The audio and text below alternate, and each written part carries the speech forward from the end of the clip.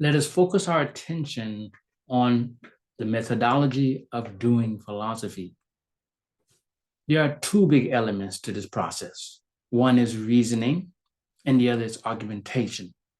Reasoning is when the philosopher, aka you, is going inside their mental state, in their mind, using their intelligence to figure out the truth. Argumentation is when you're presenting your findings to someone else. Let us focus on the idea of reasoning first. So we should first give some kind of definition for that word reason.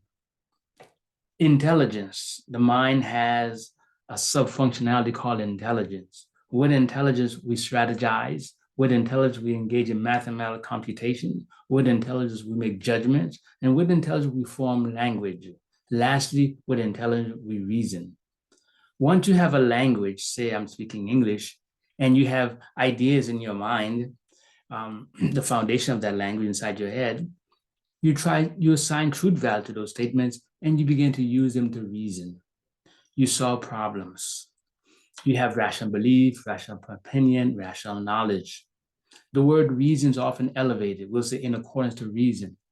All humans have the capacity to reason. Assuming they have regular intelligence, they have the capacity to reason, as they have the capacity to make judgments and do mathematical computation. That's the general overall meaning of that concept there, reason. But really, we're concerned about reasoning, the actual thing that humans are doing when they're engaging their reason. There are two big elements to this idea of reasoning. One is truth, one is logic. Everywhere people are reasoning, whether it's philosophical or not, it's truth and logic.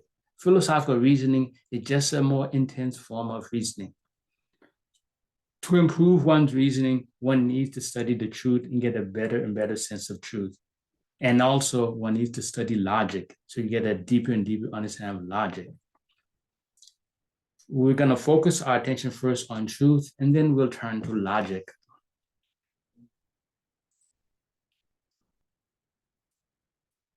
So it's a word now. You use it day to day. Coming in here, you already have a sense of truth.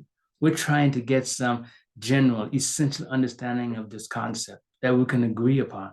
When we come to some kind of controversial claim and we say, hey, this is true, then we can all understand at least from what angle it can be true. Since we're using truth in reasoning, we have to look inside the mind space. Inside your mind, there is information. There's information inside your mind. That information in your mind is called ideas, or we should call it ideas. The word idea refers to information in the mind. So you have a bit of information. There's a Lamborghini in the driveway. Lamborghini in the driveway. Type of car in the driveway. That's just information. Is it true or false? That's different. The truth value of the information is different from the information itself. When you're reasoning and you become more of a critical thinker, you begin to look at the ideas in your head as being true or false. Not automatically, just because you thought of it, it must be true.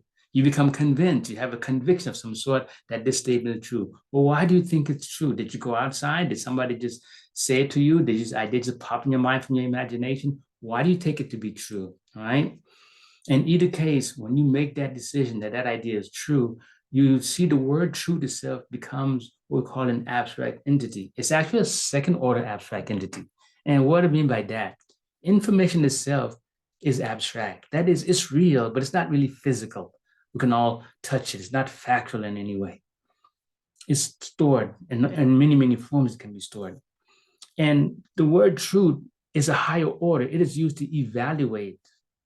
Truth, false, belief, knowledge are used to evaluate. These are epistemic notions are used to evaluate this information. There's a Lamborghini in the driveway.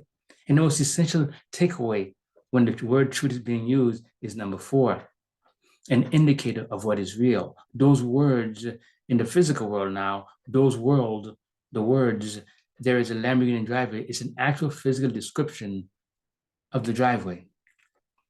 Now, let's say we go look in the driveway and we see a Lamborghini there, right? And then we say, it's true.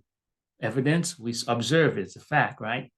But the words in your mind never goes away. The ideas remain in your head. The Lamborghini in the external world is just a Lamborghini in the external world. These two never collide because information always remains information.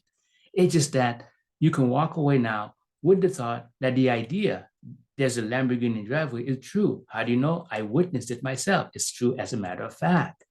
You see, you never convert ideas into facts or anything else. Ideas always remain ideas. And this is the critical thinking process. You have a world inside your mind that is information connected with other information, and it always remain there. But some of that information points to true things in the world, actual factual things in the world. Okay? And some of it does not. And this is what we're doing. All right. We're trying to get a sense of what truth means in that sense.